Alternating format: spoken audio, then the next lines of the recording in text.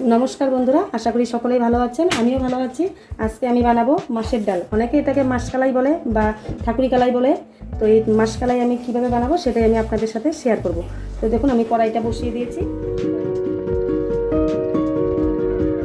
দেখুন আমি কড়াইটা বসিয়ে দিয়েছি, কড়াইটা গরম হয়ে গেছে। এখন আমি এই মাশকালাইটা ভেজে নেব। এখানে আমার 200 গ্রাম মাছের ডাল আছে। মাছের ডালটা আমি ভালো করে ভেজে নেব।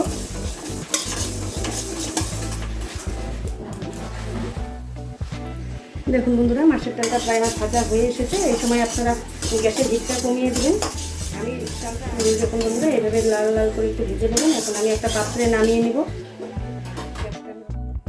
দেখুন বন্ধুরা আমি একটা পাত্রে নামিয়ে নিচ্ছি। এই ডালটাকে আমি ভালো করে ধুয়ে নেব।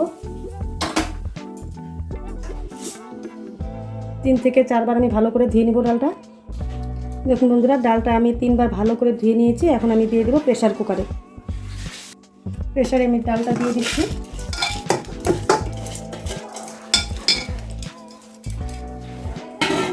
দিয়ে দেবো পরিমাণ মতো জল। জলটা আপনারা ডাল অনুযায়ী দেবেন।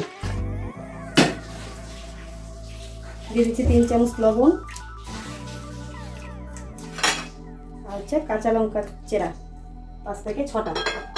এখন আমি প্রেসারে বসিয়ে গ্যাসে বসিয়ে দিয়ে আমি ডালটাকে 5 থেকে 6 বার সিটি দিয়ে নেব। তো বন্ধুরা আমি প্রেসারটা বসিয়ে দিয়েছি, ওটা সিটি করতে থাক। এখন আমি পাশেই দেখুন আমি কড়াই বসিয়ে দিয়েছি। এই মাছের ডালে আমি লাউ অ্যাড করব, তাই এই লাউটা আমি আগে একটু সেদ্ধ করে নেব। জল দিয়ে দিলাম, অল্প করে জল দিয়ে দিলাম।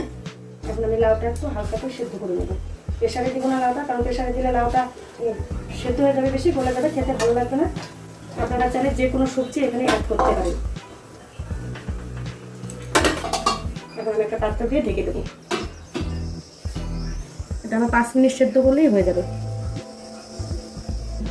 তো দেখুন বন্ধুরা প্রেসারে আমি 5টা সিটি দিয়ে দিয়েছি। এখন আমি গ্যাসটা অফ করে দেবো। এদিকে দেখুন লাউটাও সেদ্ধ হয়ে গেছে। এখন আমি গ্যাসটা অফ করে দিয়ে 5 মিনিট এভাবে ঢেকে রাখবো। 5 মিনিট এভাবে ঢেকে রাখার পরে ততক্ষণে আমি আমার ডালে যে মশলাটা দিব সেটা আমি শিলনোড়াতে বেটে নেবো। এই যে দেখুন এখানে আমি মৌরি আর আদা নিয়েছি, ভালো করে ধুয়ে রেখেছি আগেই। এখন আমি এটাকে শিলনোড়াতে বেটে নেব। তো দেখুন বন্ধুরা এখানে আমার আদা আর মৌরিটা বাটা হয়ে গেছে। এখন আমি প্রেসারের ঢাকনাটা খুলে দেবো। তো দেখুন বন্ধুরা ডালটা কি সুন্দর সেদ্ধ হয়ে গেছে। এখন আমি এই কাঁটাটা দিয়ে কেটে নেব। আপনারা চাইলে শিলনোড়াতেও বেটে নিতে পারেন। দিয়ে দিচ্ছি অল্প একটু হলুদ গুঁড়ো, 1/2 চামচ। 1/2 চামচ হলুদ গুঁড়ো দিয়ে আমি এইভাবে কেটে নেব।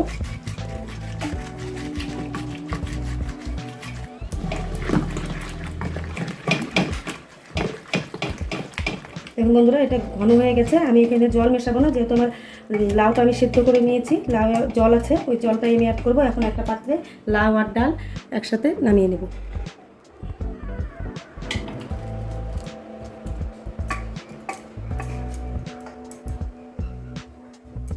তো দেখুন বন্ধুরা আমি একটা পাত্রে ডাল আর লাউ নামিয়ে নিয়েছি।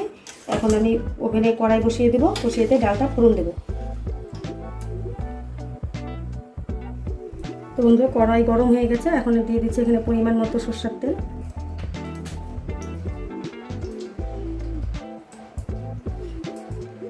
দিয়ে দেবো একটা শুকনো লঙ্কা। শুকনো লঙ্কাটা আমি 2 টুকরো করে নিয়েছি। শুকনো লঙ্কাটা একটু ভালো করে ভেজে নেব।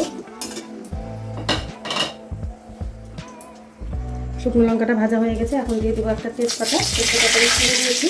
দিয়ে দেবো আদা কুচি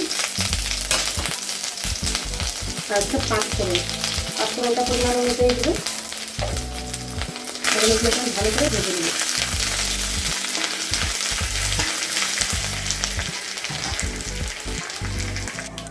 দেখুন বন্ধুরা ফোড়ন ভাজা হয়ে গেছে। একটু ভালো করে লাল লাল করে ভেজে নেবেন, তাহলে ফ্লেভারটা ভালো আসবে। এখন আমি ডালটা দিয়ে দেবো।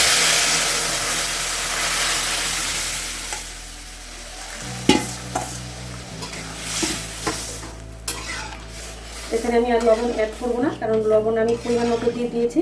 আপনারা আগে ট্রাই করে দেখবেন যে লবণটা ঠিকঠাক হয়েছে কিনা। লবণ কম হলে আরেকটু লবণ অ্যাড করে দেবেন।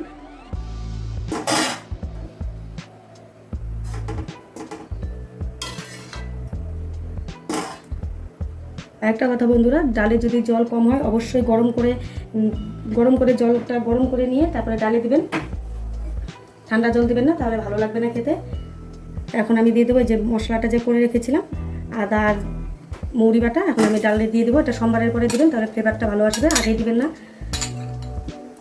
ভালো করে আমি ডালের সাথে মিশিয়ে নেব।